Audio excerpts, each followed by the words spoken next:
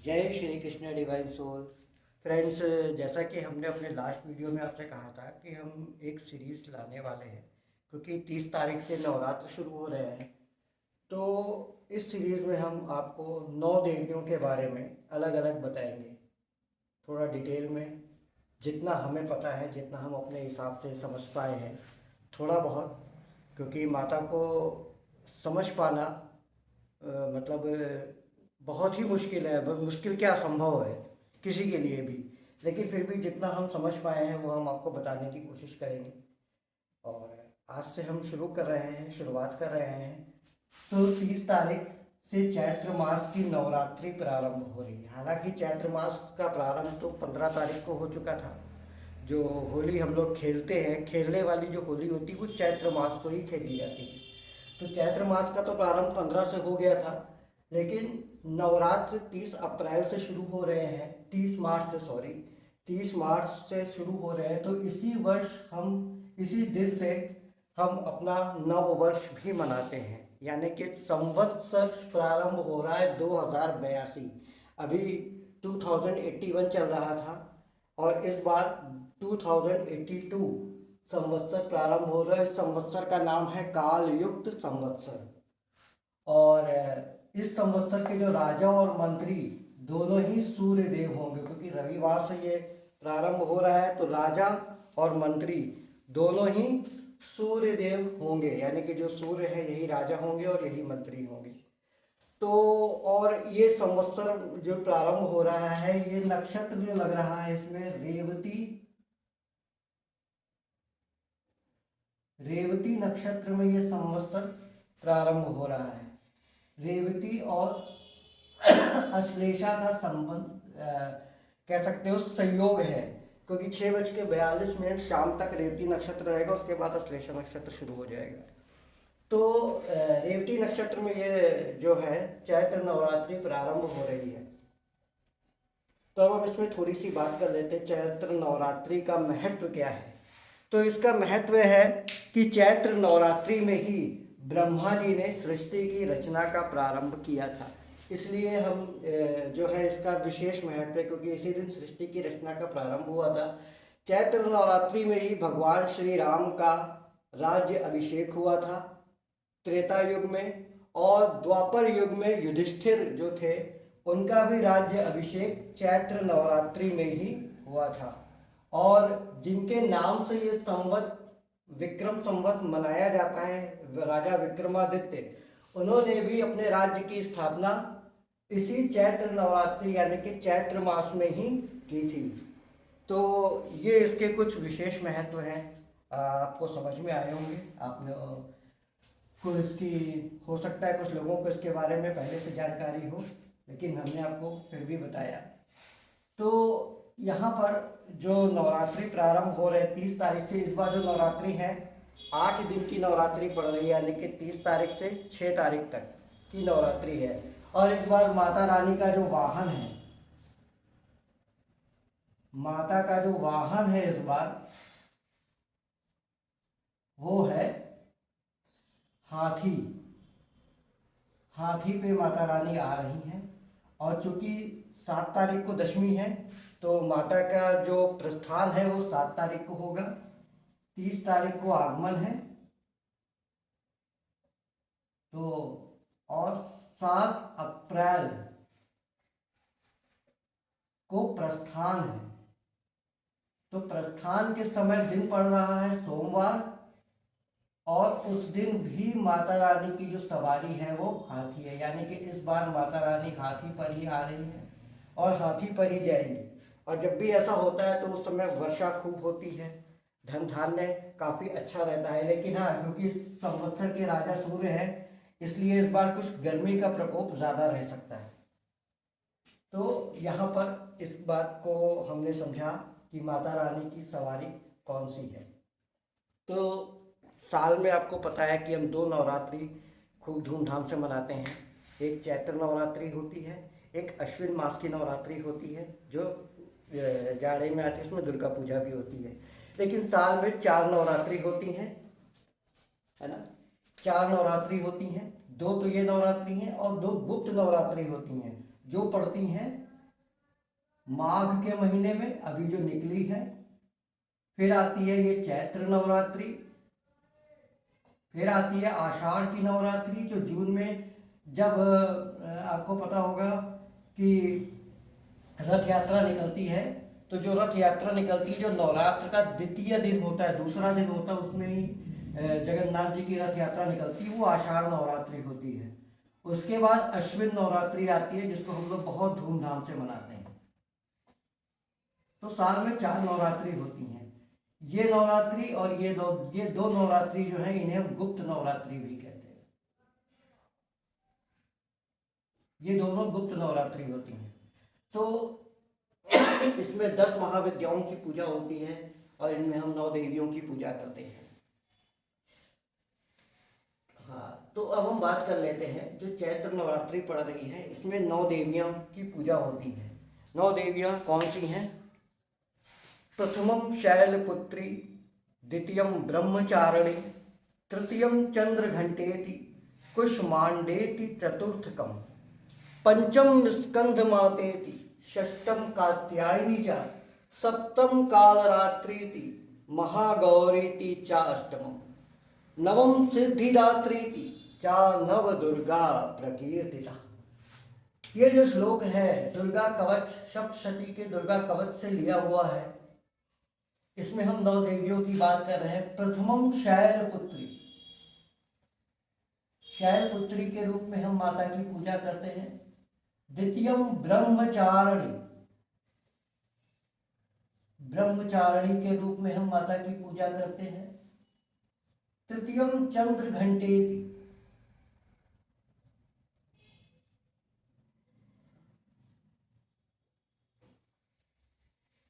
चंद्रघंटा जिसे हम कहते हैं, माता चंद्रघंटा।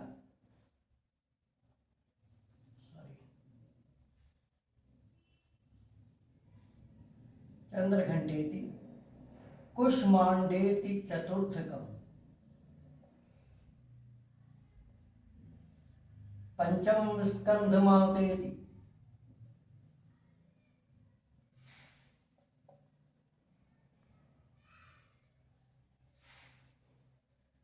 षष्टम कात्यायनी, सप्तम कालरात्रि, कालरात्रि जिसे हम कहते हैं महाकाली, महागौरीति चाष्टमम।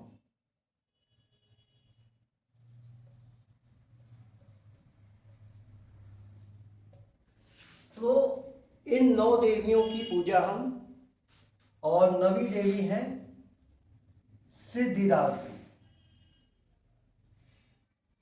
जो सिद्धियों की दात्री है। इन 9 देवियों की पूजा हम इन नवरात्र में करते हैं। अब जो हम सीरीज शुरू कर रहे हैं, इसमें हम इन सभी देवियों के बारे में आपको एक एक दिन में एक एक देवी को हम लेके चलेंगे, क्योंकि एक साथ सबके बारे में जान पाना बहुत मुश्किल है, समय नहीं, इतना बहुत लंबा वीडियो हो जाएगा। इसलिए हम एक देवी को एक एक दिन में लेके चलेंगे। उसमें हम उनको कौन सा भोग लगाते हैं, किस मंत्र का, कौन सा मंत्र है उन देवी का, और कौन से वस्त्र पहनने चाहिए, उनकी पूजा कैसे होती है, या उनके बारे में जो भी कुछ हमें पता है वो हम आपसे शेयर करने का प्रयास करेंगे। लेकिन आज के वीडियो में हम थोड़ा सा यहाँ पर बताएंगे कि किस प्रकार जो हमारी ये 9 देवियाँ हैं, ये हमारे जीवन के सभी चरणों को बताती हैं। आज के वीडियो में हम, क्योंकि बहुत ज़्यादा लंबा हो जाएगा, तो हम थोड़ा उसको शॉर्ट में ही बताएंगे कि किस प्रकार ये जो देवियां हैं हमारे जीवन के सभी चरणों को, सभी अवस्थाओं को बताती हैं 9 देवियों के रूप में।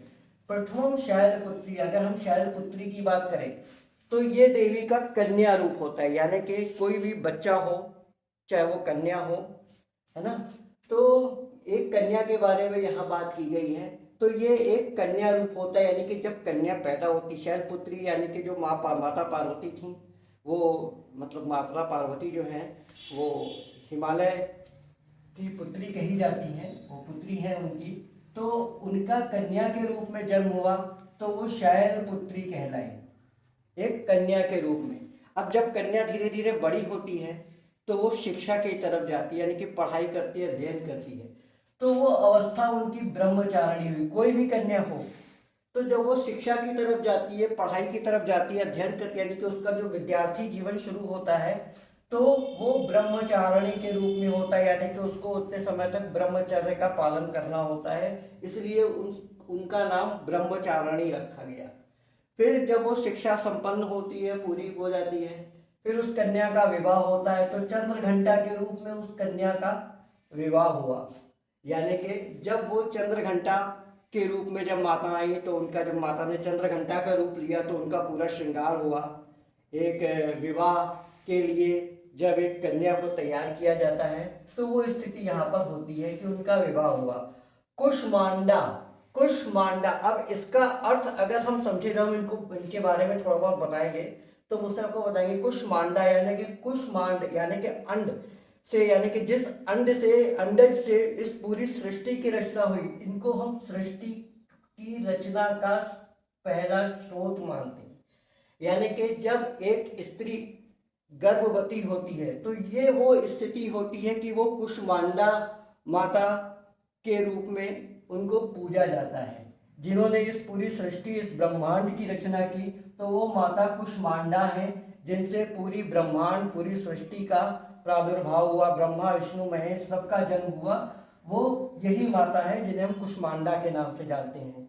यानी कि जब स्त्री के गर्भ में एक नया जीवन शुरू होता है, फिर उनका जन्म स्कंद माता, यानी कि स्कंद माता, यानी कि अब उनकी, अब जो स्त्री एक माँ बन जाती है, यानी कि इसको स्कंद जी जो कहते हैं, जिनका हम कार्तिकेय भी कहते हैं, तो उनको ही, उन्हीं का, कार्तिकेय जी का ही नाम स्कंद है। तो वो स्कंद की माता यानी कि कार्तिकेय जी की वो माता कहलाई, तो इनको हम स्कंद माता के नाम से जानते हैं कि अब वो एक मात्र के रूप में उनका जन्म हुआ।